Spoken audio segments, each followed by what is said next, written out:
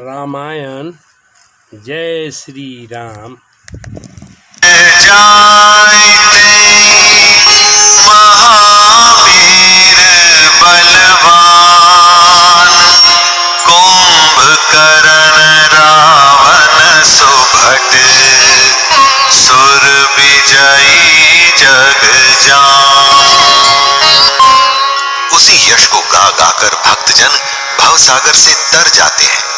कृपा सागर भगवान भक्तों के हित के लिए शरीर धारण करते हैं। श्री रामचंद्र जी के जन्म लेने के अनेक कारण हैं, जो एक से एक बढ़कर विचित्र हैं। हे सुंदर बुद्धि वाली भवानी, मैं उनके दो एक जन्मों का विस्तार से वर्णन करता हूँ। तुम सावधान होकर सुनो। श्री हरि के जय और विजय दो प्यारे द्वारपाल हैं, जिनको सब कोई जानते हैं। उन दोनों भाइयों ने ब्राह्मण सनकादि के शाप से असुरों का तामसी शरीर पाया। एक का नाम था हिरण्यकशिपु और दूसरे का हिरण्याक्ष। ये देवराज इंद्र के गर्व को छुड़ाने वाले सारे जगत में प्रसिद्ध हुए। वे युद्ध में विजय पाने वाले विख्यात वीर थे। इनमें से एक हिरण्याक्ष को भगवान ने वराह अर्थात सूअर का शरीर धारण करके मारा। फिर दूसरे हिरण्यकशिपु का नरसिंह रूप धारण करके वध किया और अपने भक्त प्रहलाद का सुंदर यश फैलाया। वे ही दोनों जाकर देवताओं को जीतने वाले तथा बड़े योद्धा रावण और कुंभकर्ण नामक बड़े बलवान और महावीर राक्षस हुए, जिन्हें सारा जगत जानता है। रामा मुकुट न भय हते भगवाना रामा, रामा तेहि जन्म द्विज बचन प्रवाना रामा, रामा एक बार तिन्हके हित लागे रामा, रामा धर्यो शरीर भगत अनुरागी रामा, रामा कश्यप अदिति तहा पितु माता रामा, रामा दशरथ कौसल्या विख्याता रामा, रामा एक कलप एहि विधि अवतारा रामा, रामाचरित पवित्र किए संसारा रामा, रामा एक कलप सुर देखि दुखारे रामा, रामा समर जलंधर सन सब हारे रामा, रामा शंभु कीन संग्राम अपारा रामा, रामा तनुज महाबल मरई न मारा रामा, रामा परम सती असुराधिप नारी रामा, रामा तेहि बल ताहि न चितहि पुरारी रामा, छल करि टार्यो सुव्रत प्रभु सुर कारज कीन, जब तेहि जान्यो मरम तब श्राप कोप करि दीन। भगवान के द्वारा मारे जाने पर भी वे हिरण्याक्ष और हिरण्यकशिपु इसीलिए मुक्त नहीं हुए कि ब्राह्मण के शाप का प्रमाण 3 जन्म के लिए था। अतः एक बार उनके कल्याण के लिए भक्त प्रेमी भगवान ने फिर अवतार लिया। वहां उस अवतार में कश्यप और अदिति उनके माता पिता हुए, जो दशरथ और कौसल्या के नाम से प्रसिद्ध थे। एक कल्प में इस प्रकार अवतार लेकर उन्होंने संसार में पवित्र लीलाएं की।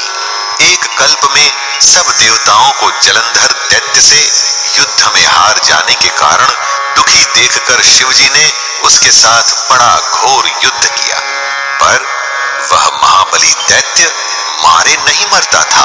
उस दैत्यराज की स्त्री परम सती बड़ी ही पतिव्रता थी। उसी के प्रताप से त्रिपुरासुर जैसे अजेय शत्रु का विनाश करने वाले शिवजी उस दैत्य को नहीं जीत सके। प्रभु ने छल से उस स्त्री का व्रत भंग कर देवताओं का काम किया। जब उस स्त्री ने यह भेद जाना, तब उसने क्रोध करके भगवान को श्राप दिया। रामाता सुश्राप हरि दीन प्रमाना रामा कौतुक निधि कृपाल भगवाना रामा ताहा जलंधर रावण भयऊ रामा रन हति राम परम पद दयऊ रामा एक जन्म कर कारण रामा जेहि लगी राम धरी नर देहा रामा प्रति अवतार कथा प्रभु केरी रामा सुनो मुनि बरनी कबिन घनेरी रामा नारद श्राप दीन एक बारा रामा कल्प एक तेहि लगी अवतारा रामा गिरिजा चकित भई सुनि वाणी रामा नारद विष्णु भगत पुनि ज्ञानी रामा कारण कवन श्राप मुनि दीना रामा का अपराध रमापति की रामा यह प्रसंग मोहि कहाहु पुरारी रामा मुनि मन मोह आचरज भारी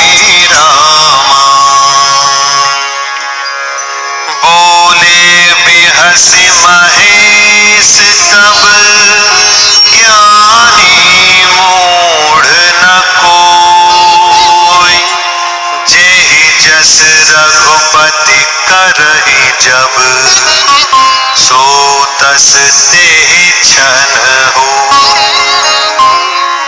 कहऊँ राम गुण गाथ भरद्वाज सादर सुनहु भव भंजन रघुनाथ भजु तुलसी तजी मान मद।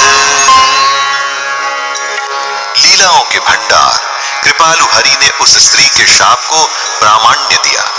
वही जलंधर उस कल्प में रावण हुआ, जिसे श्री रामचंद्र जी ने युद्ध में मारकर परम पद दिया। एक जन्म का कारण यह था जिससे श्री रामचंद्र जी ने मनुष्य देह धारण किया। हे भरद्वाज मुनि, सुनो, प्रभु के प्रत्येक अवतार की कथा का कवियों ने नाना प्रकार से वर्णन किया है। एक बार नारद जी ने शाप दिया, अतः एक कल्प में उसके लिए अवतार हुआ। ये बात सुनकर पार्वती जी बड़ी चकित हुई और बोली कि नारद जी तो विष्णु भक्त और ज्ञानी हैं। मुनि ने भगवान को शाप किस कारण से दिया? लक्ष्मीपति भगवान ने उनका क्या अपराध किया था? हे पुरारी शंकर जी, ये कथा मुझसे कहिए।